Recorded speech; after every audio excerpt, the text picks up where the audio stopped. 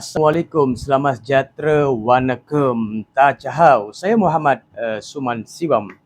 Kembali lagi dalam isu PTI dan MyKAS, ya, cadangan yang diberikan dan banyak juga isu yang saya dah bangkitkan. Hari ini saya nak berkongsi ataupun memberi pandangan ataupun memberi informatif kepada rakyat faham apa itu PTI. Ya, PTI ditafsirkan sebagai pendatang tanpa izin, iaitu pendatang haram lah. Dalam pendatang haram ini kita ada dua golongan. Seperti mana golongan pertama ialah golongan sukarela. Golongan sukarela ini masuk Malaysia di perairan-perairan sempadan dengan sengaja dan mencabar undang-undang. Sebab itu kita ada Aktah Immigration 1959 dalam dash 63 dan Aktah 155, Aktah Pasport 1966, Aktah 150. Ya, dan dalam itu ada kerangka yang jelas untuk pendatang tanpa izin ini di Malaysia.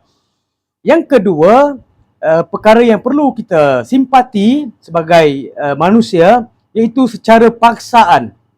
Ada juga sindiket-sindiket begitu, iaitu mangsa perdagangan manusia.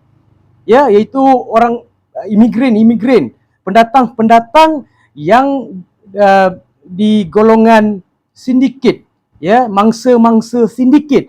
Sebab itu kita dekat Malaysia ada akta anti perdagangan orang dan anti penyeludupan imigran, ATI PSOM 2007,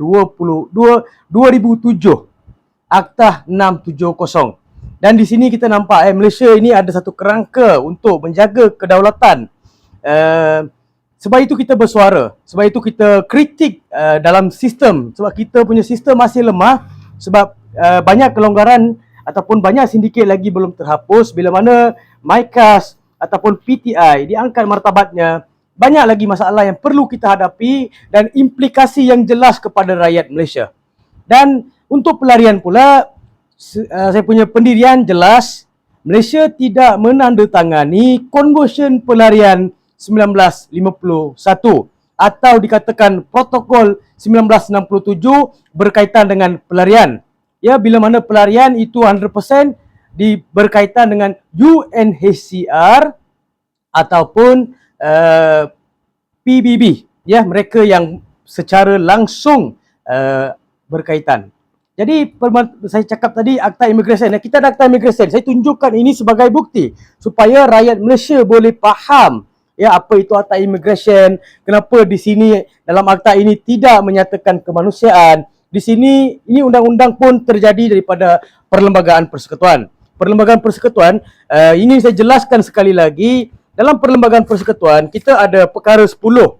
Ya, kita ada perkara 10 yang membenarkan ataupun memberikan hak asasi kepada rakyat Malaysia ataupun warga negara Malaysia untuk bersuara, kebebasan bercakap, berhimpun dan berpersatuan. Dan di situ ada kurungan 1, dalam kurungan A, tiap-tiap warga negara berhak kepada kebebasan bercakap dan bersuara.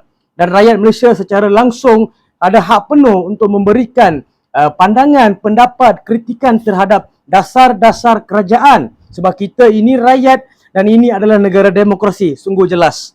Dan dalam kurungan B yang menyatakan semua warga negara berhak untuk berhimpun secara aman tanpa senjata. Dan di situ ada juga dalam kurungan C, semua warga negara berhak untuk membentuk persatuan. Dan di sini dalam Perlembagaan Perkara 10 ini ada banyak tafsiran. Ya, kita boleh ambil banyak tafsiran. Saya nak baca tak cukup masa saya untuk saya nak bacakan sepenuhnya. Jadi di sini ingin saya maklumkan pandangan saya, cadangan saya, pendapat saya dan kritikan terbuka saya terhadap kerajaan Malaysia dan pelaksanaan ataupun ketirisan yang berlaku. Kita kritik atas dasar pelaksanaan dan dasar ataupun daripada ketirisan dan salah laku yang berlaku. Ya, kita di Malaysia kita perlu ikut, ya, boleh mencontohi, kita boleh ikut toleransi sifar. sifar kepada PTI dan pelarian seperti mana Brunei buat. Brunei buat perkara yang begitu. Dia pun ambil pelarian, tapi dia punya pengkalan di Bangkok. Dia tidak masukkan dalam negara dia dan menjaga PTI ataupun pelarian. Kita boleh mencontohi negara-negara tersebut. Ataupun kita boleh gunakan Luz Sanguinis, ya. Sanguinis iaitu dikatakan hak darah seperti mana negara Singapura buat.